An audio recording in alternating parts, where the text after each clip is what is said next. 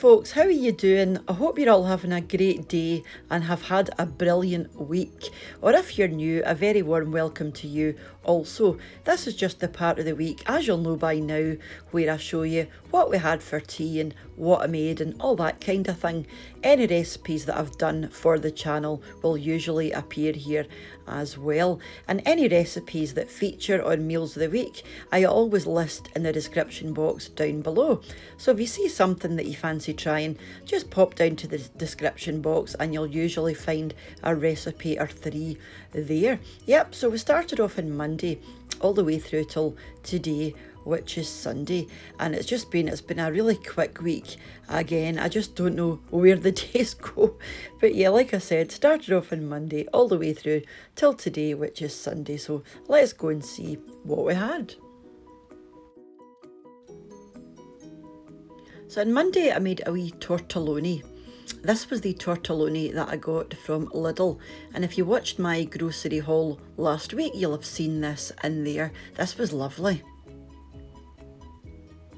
And I made some bruschetta with that as well. I actually had this at Frankie and Benny's last week, and this was the inspiration. It was brilliant.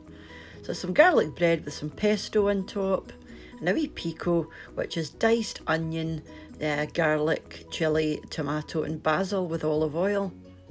Some fresh basil on top of that, and some extra pesto sauce, and that's the beautiful basil and tomato stuffed tortelloni. That was wonderful. Moving on to Tuesday, and I made beef olives.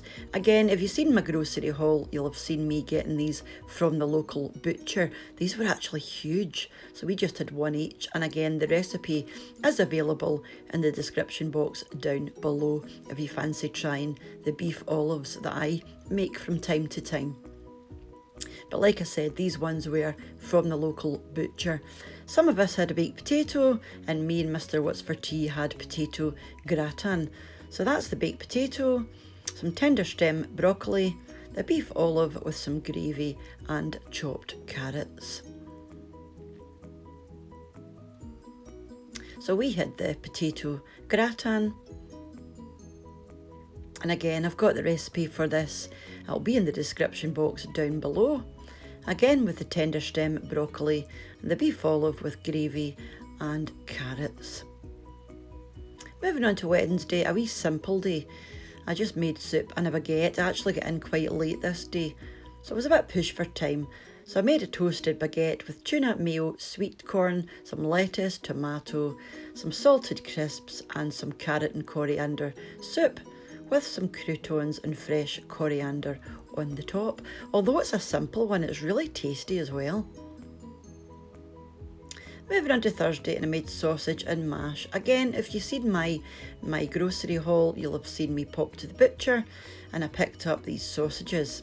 And we had that with some mashed potato and some garden peas and some gravy on the top. Again, another simple one, but this is an absolute classic in this country.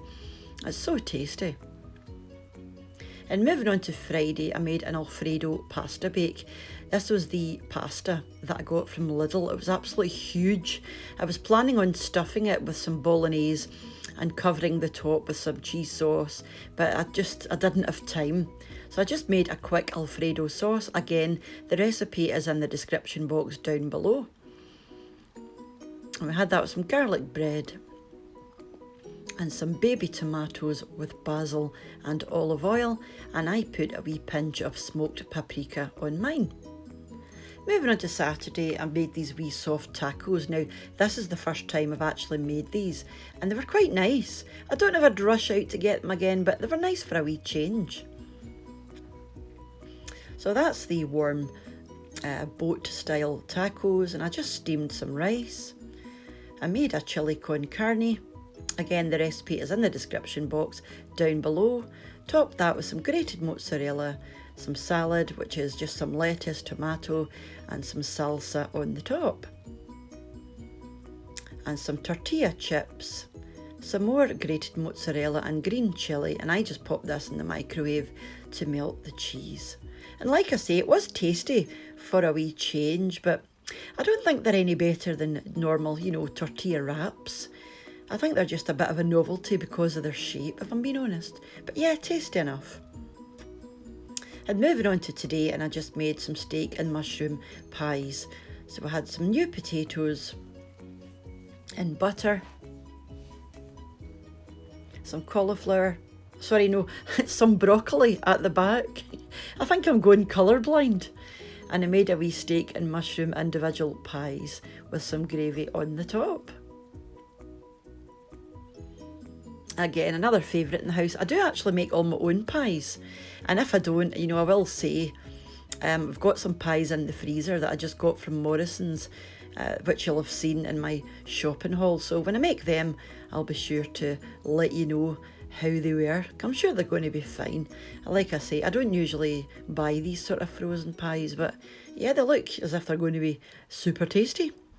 So that was our week. So yeah, rather quick week, and you know, everybody was quite happy with what we had, so I didn't really have to make any additional meals, which is always a bonus, apart from the baked potato and the potato gratin at the beginning of the week. But hey ho, what can you do?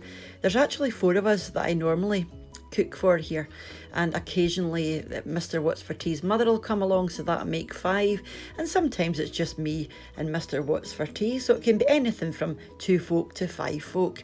And I usually do say as well, because I've got a lot of folk asking, you know, how many people do you cook for? So sometimes, like I say, it's just me and Mr. What's for Tea, and it can be as much as 5 people. Then obviously at Christmas and time, Easter and times like that, you're usually cooking for even more people again. So thank you again, guys, for popping over and seeing what's going on. And what did you have for your tea? I'm always interested to find out what folk in different countries have, because I do watch, you know, meals of the week for a few different countries, and it fascinates me, you know, the differences in what we actually have. Yeah, always, you know, kind of fascinates me that. I'm quite sad that way, but then that's the foodie in me. So coming up in the next few days, I'm going to give Scottish square sausage a bash. Again, not something that I've made before, but I have looked at a few recipes and it looks super simple. I mean, we usually get our square sausage from the butcher, and it's an absolute staple in this country, usually served with a full cooked Scottish breakfast or simply in a bread roll or a sandwich. Some people have them, you know, in gravy, so they're quite versatile, but I'll get round to that and tell you all about it when I make them, because I know a few of you are interested to see how they're made. And there's one recipe in particular that I actually watched on YouTube, and I'll be sure to credit the chap if I end up using his recipe. So yeah, so looking forward to that. So until next time, guys, until I see you next, hopefully I'll see you back for that wee recipe. Mind to take care of yourselves, and I'll see you soon. So bye for now. Bye now.